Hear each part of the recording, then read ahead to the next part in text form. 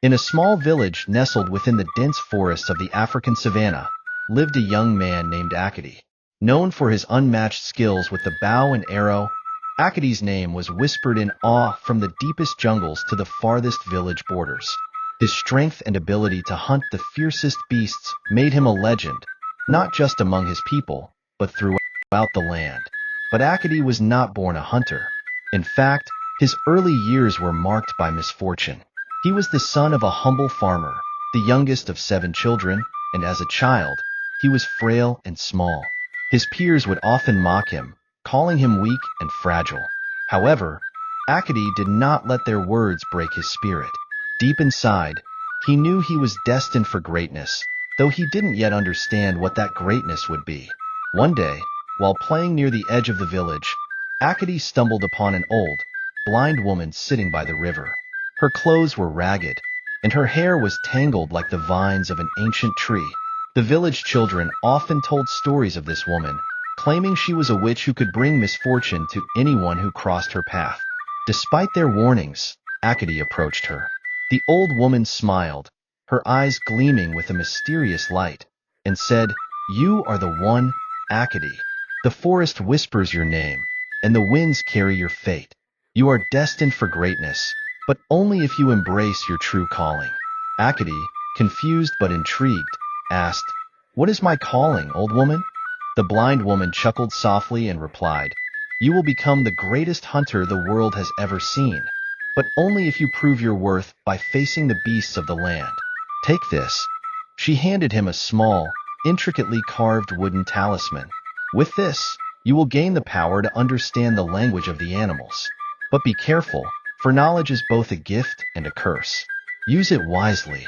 With that, the old woman vanished, leaving Aketi alone with the talisman in his hand. The following days were filled with both wonder and confusion. As Aketi wandered into the forest, he began to hear whispers, soft murmurs carried by the wind, the rustling of leaves, and even the calls of birds and animals.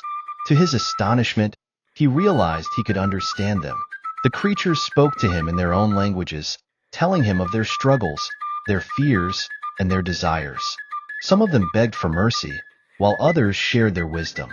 One evening, while sitting by the campfire, Aketi heard a voice, this time not from a bird or an animal, but from a deep, rumbling growl. He turned and saw a massive lion standing at the edge of the clearing. The lion's golden mane shimmered in the moonlight, and its eyes glowed with an ancient fire.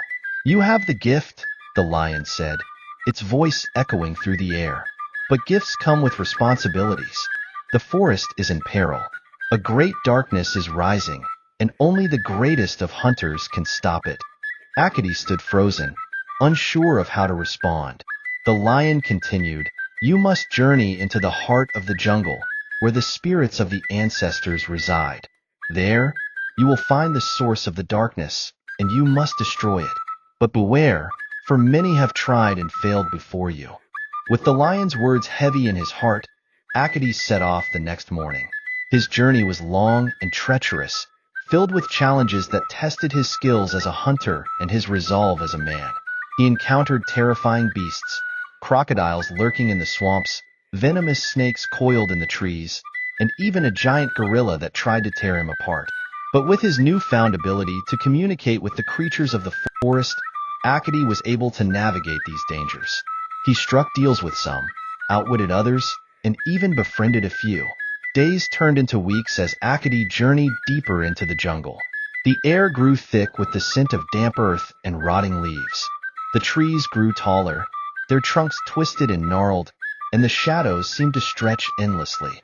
He knew he was getting closer to the heart of the jungle, where the spirits of the ancestors were said to reside. One evening, as Aketi camped by a bubbling stream, he was visited by a strange figure, an old man cloaked in shimmering silver robes, with a staff adorned with feathers and beads. The old man had eyes as deep as the night sky, and his presence seemed to command the very elements around him.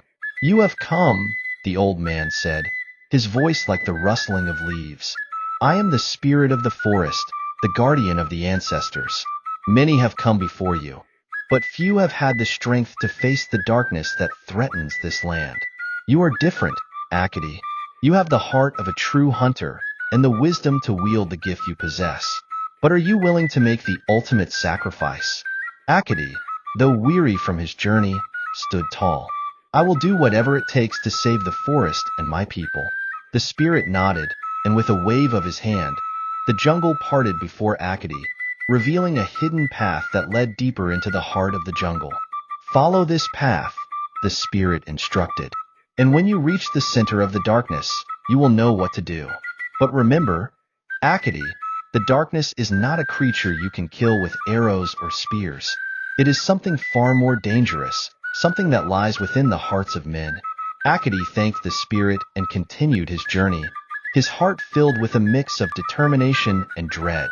As he ventured further into the jungle, the air grew colder, and the once vibrant colors of the plants and trees began to fade, replaced by a sickly gray hue. He could feel the presence of the darkness all around him, pressing in from every direction. His every step seemed to disturb the oppressive silence that hung over the jungle. Finally, he reached a clearing, and in the center stood a massive stone altar, covered in moss and vines. Atop the altar, an ancient relic, the Eye of the Beast, glowed with an eerie, otherworldly light. Aketi knew that this was the source of the darkness. The Eye of the Beast was a powerful artifact, said to contain the spirit of an ancient creature that had been sealed away by the ancestors long ago. But now, it seemed that the creature's power had begun to seep out, corrupting the land and the creatures within it. Aketi approached the altar, his heart pounding in his chest. As he reached out to touch the eye, he felt a surge of energy, raw, untamed, and overwhelming. The voice of the beast echoed in his mind, a deep, guttural growl that seemed to come from the very depths of the earth. "You are brave, little hunter," the voice said, "but you cannot defeat me.